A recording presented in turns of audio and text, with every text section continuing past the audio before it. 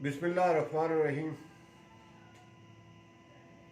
Nadreen, इस video में दो बातों पे बहस होगी। एक तो आज इमरान खान ने अफजाबाद में जो एक बड़ा जलसा किया और उसमें जो बातें की उन पर बातचीत होगी, और दूसरी बड़ी खबर ये है कि बलूचिस्तान में जो नून लीग के सदर थे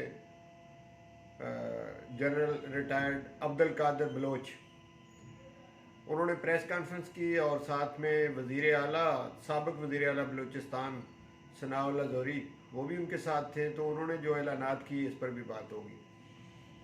तो पहले ये देखते हैं कि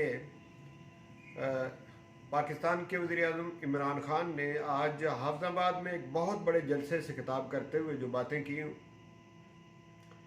वो क्या है। इससे उनकी जो तरजीहात हैं वो वाज़ेह तौर पे नज़र आ जाती हैं।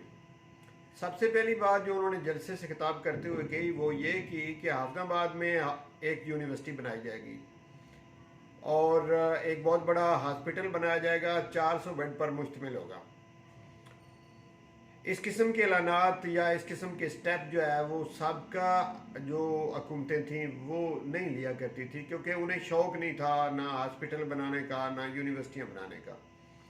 तो इससे इमरान खान की हुकूमत की ये जो ज़हनीत है, जो उनकी तरजीहात हैं वो वाज़ेह तौर पर हमें नज़र आना शुरू हो गई हैं। तो ये एक बहुत बड़ा ऐलान उन्होंने किया और इस पे उन्होंने कहा कि बड़ी जल्दी जो है इस पर अमल दरामद शुरू हो जाएगा। दूसरी बात उन्होंने की कि KPK में तो हमने 100% हेल्थ कार्ड तकसीम कर दिए हैं लोगों को, और एक हेल्थ कार्ड जो होता है उसमें 10 लाख तक बंदा अपना ट्रीटमेंट करवा सकता है। तो इस साल यानी 2020 तक पंजाब में 50% लोगों को, 50% ख़ानदानों को हेल्थ कार्ड मुहैया कर दिए जाएंगे, जिसमें ये सहूलत होगी कि 10 लाख तक का इलाज वो प्राइवेट अस्पताल में करवाए या किसी सरकारी अस्पताल में करवाए, वो करवा सकता है। तो ये एक बहुत बड़ा ऐलान था। और उन्होंने साथ में ये भी बताया कि 2021 तक पंजाब में भी 100% ख़ानदानों को, 100% लोगों को ये हेल्थ कार्ड जो हैं ये डिलीवर कर दिए जाएंगे। और उन्होंने साथ में ये भी खबर दी कि पूरी दुनिया में किसी भी मुल्क में जो भी अपने आप को बहुत बड़ी फलाई रियासत या फलाई मुल्क समझता हो, वहाँ पे भी ये 100% जो हेल्थ कार्ड हैं ये किसी मुल्क ने भी अपनी आवाम को नहीं दिए।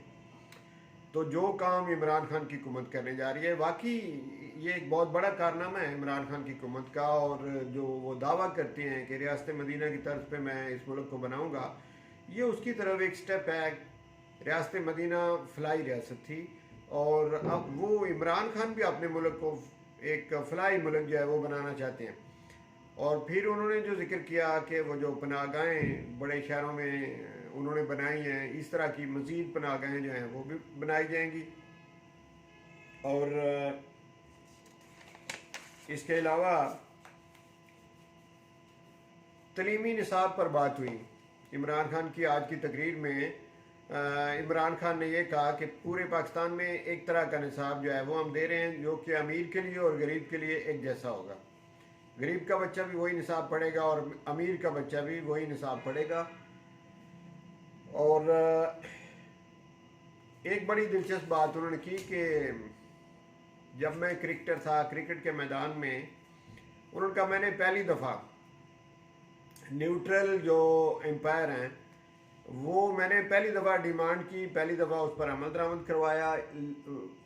एक वक्त था कि जिस मुल्क में भी मैच खेला जाता था वो अपना एम्पायर रखते थे और वो पार्शल होता था, साइड लेता था। लेकिन इमरान खान ने कहा तकरीर में कि मैंने सबसे पहली दफ़ा ये डिमांड की और इस पर अमल भी फिर हुआ कि एम्पायर जो है वो न्यूट्रल होना चाहिए। और फिर दूसरे मुल्कों से एम्पायर मंगवाए जाते थे और वो न्यूट्रल होते थे और उनकी बात फिर हारने वाला भी मान लेता था। तो उन्होंने कहा इसी तरह से मैं पाकिस्तान में जो मेरे दौरे हुकूमत में अब जो इलेक्शन आ रहा है, नया जो इलेक्शन होगा वो इसी तरह का इलेक्शन होगा कि हारने वाला भी मान जाएगा, इतना वो न्यूट्रल होगा, इतना वो शफाफ होगा कि जो इलेक्शन हार जाएगा वो भी मान जाएगा, जो कि पाकिस्तान की तारीख में एक नया ही काम होगा। क्योंकि पाकिस्तान में उन्होंने कहा कि 1970 का जो इलेक्शन था वो एक फेयर इलेक्शन था, इसके अलावा कोई भी इलेक्शन जो पाकिस्तान में हुआ है वो फेयर नहीं था और हारने वाले ने कभी उसे माना नहीं है।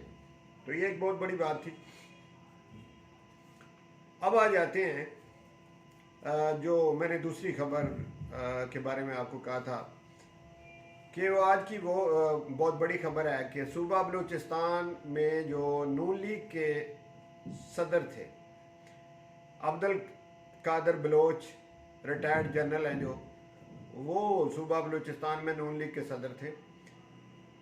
उन्होंने एक प्रेस कॉन्फ्रेंस की और उनके साथ साबिक वज़ीर आला बलूचिस्तान सनाउल लाजोरी, वो भी नून लीग से ही तलक रखते हैं।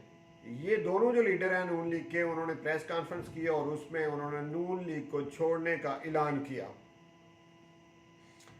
और इस ऐलान के साथ उन्होंने जो बातें की उसमें बड़ी बात जो दोनों ने की वो ये थी कि नून लीग का बयानिया जो हमारे मुल्क की फ़ौज के ख़िलाफ़ है, इससे हमें पता चलता है कि नवाज शरीफ जो हैं वो मुल्क के दुश्मन बन चुके हैं। तो जो हमारे मुल्क का दुश्मन होगा, जो हमारी फ़ौज का दुश्मन होगा, वो हमारा भी दुश्मन है। तो आज के बाद उन्होंने कहा कि नवाज शरीफ हमारा दोस्त नहीं है, दुश्मन है।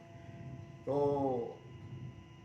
अब्दुल कादर बलोच ने ये अल्फाज कहे कि अब अगर कब्र से निकल के मेरा बाप भी आके मुझे कहे कि मैं दोबारा नून लीग ज्वाइन करूं तो ये पॉसिबल नहीं है। यहाँ तक उन्होंने कह दिया। और सनाउल लाजोरी ने ये कहा कि जो हमारे मुल्क का दुश्मन है वो मेरा दुश्मन है, तो लिहाजा आज के बाद नवाज शरीफ मेरा बहुत बड़ा दुश्मन है। तो यहाँ तक तो बलूचिस्तान में हो गया, नून लीग का बिल्कुल सफाया हो गया। और साथ ही मैं एक छोटी सी वीडियो, लंबी भी ना हो जाए, एक छोटी सी खबर और भी दे दूं कि आज मरियम नवाज जो KPK में अपनी इलेक्शन कैंपेन करने के लिए गई हुई थी वो भी वापस आ गई हैं, वहाँ से बुरी तरह फ्लॉप हुई हैं।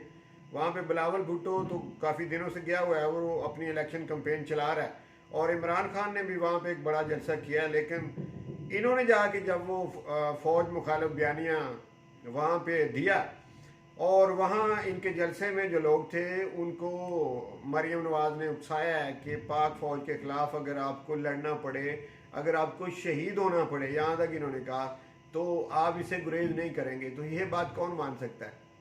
इसलिए वहाँ लोगों ने ये बात मानी नहीं है, तो ये फ्लॉप होके वहाँ से ये वापस आ गई हैं। तो आज की ये 3 बड़ी खबरें थी जो मैंने सोचा आप तक पहुँचा दी जाएँ, और इंशाल्लाह और इसी तरह की खबरों के साथ मैं दोबारा आपकी खिदमत में हाज़िर होता रहूँगा।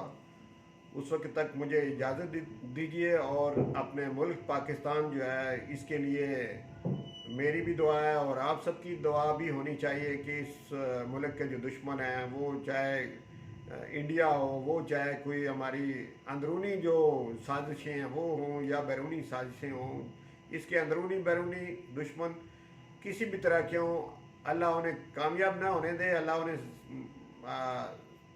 बहुत बुरी तरह से नाकाम करे, और उनकी ये इस तरह की जो साजिशें हैं, जो इस तरह की ख्वाहिशात हैं मुल्क की, हमारे मुल्क की तबाही के लिए, वो कभी भी पूरी ना हो। पाकिस्तान जिंदाबाद और पाक फ़ौज जिंदाबाद। बहुत शुक्रिया नाज़रीन।